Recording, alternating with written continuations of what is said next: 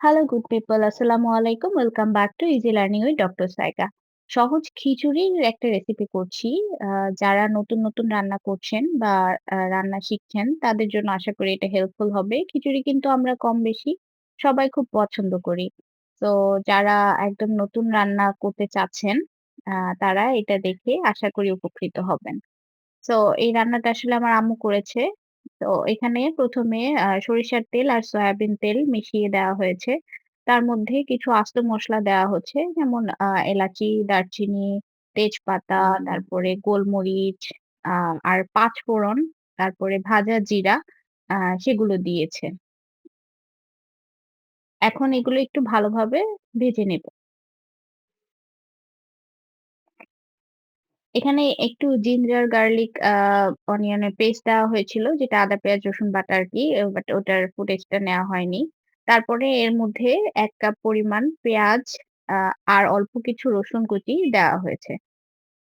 এবার ভালোভাবে ভেজে নেওয়ার পরে এখানে ১ কাপ পরিমাণ কিউব, কিউব করে কাটা আলু দিয়ে দেওয়া হচ্ছে।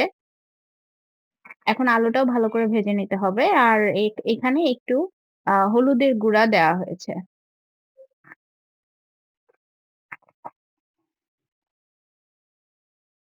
এখন এখানে আ চিনি গুঁড়া চাল ২ কাপের মতো আর ১ কাপ ডাল, আ মসুর ডাল ভিজিয়ে নিয়ে ভালোভাবে ধুয়ে রেখে কিছুক্ষণ রেখে ১৫-২০ মিনিটের মতো তারপরে সেটা দিয়ে দেওয়া হলো। আরেকটু হলুদের গুঁড়া, তারপরে কিছু গুঁড়া মসলা এখন দেওয়া হচ্ছে। হলুদের গুঁড়া, ধনিয়ার গুঁড়া, জিরা গুঁড়া আর আ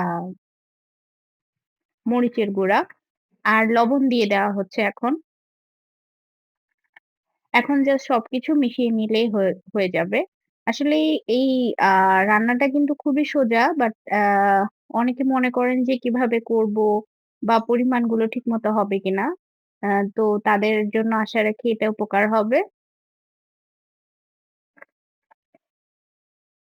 লবণটা আসলে স্বাদ মতো যার যেরকম মনে হয় আ তেমন দিলেই হবে।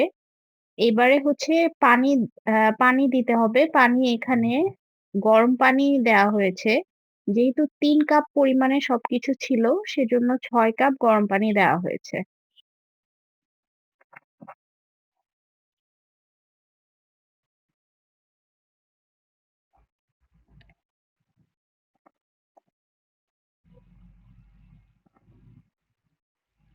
ভালোভাবে মিশিয়ে নিয়ে তারপর ঢাকনা দিয়ে ঢেকে দিচ্ছি।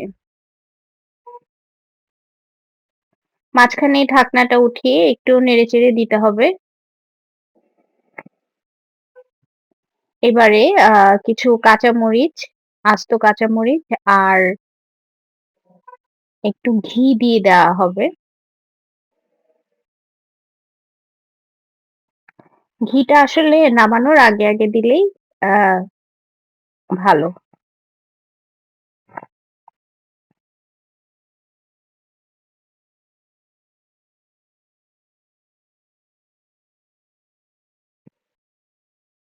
একদম নামানোর আগে ঘিটা দিয়ে দিবেন। তাহলে খুব ভালো একটা স্মেল আসে। এই তো হয়ে গেল। এটা কিন্তু দেখতে এখনো একটু নরম মনে হলেও বাট পরে একদম আ ভুনা যে খিচুড়িটা আছে সেরকমই হবে একটু আ আ নরম আ ঠান্ডা হয়ে যাবার পরে। আচ্ছা সাথে এখানে আমি আ ডিম ভাজি করেছিলাম। এইটা রেসিপি দেখানোর মতো কিছু না। বাট এটা একসাথে করা হয়েছিল। সো এটা এখানে রয়ে গেছে। এই যে জাস্ট নরমালি একটা ডিম আ ভাজি করে নিয়েছিলাম। আর আমি এখানে গরুর মাংস রান্না করেছিলাম। তো গরুর মাংসের অনেকগুলো রেসিপি কিন্তু আমার চ্যানেলে আছে। আপনারা চাইলেই সেটা দেখতে পারেন। ইনশাআল্লাহ পরবর্তীতে গরুর মাংসের আরো অনেক রেসিপি দিব। সো সবাই বাসায় আজকেই খিচুড়ি ট্রাই করতে পারেন। আশা করি সবার ভালো লাগবে। Thanks for watching. আল্লাহ হাফেজ।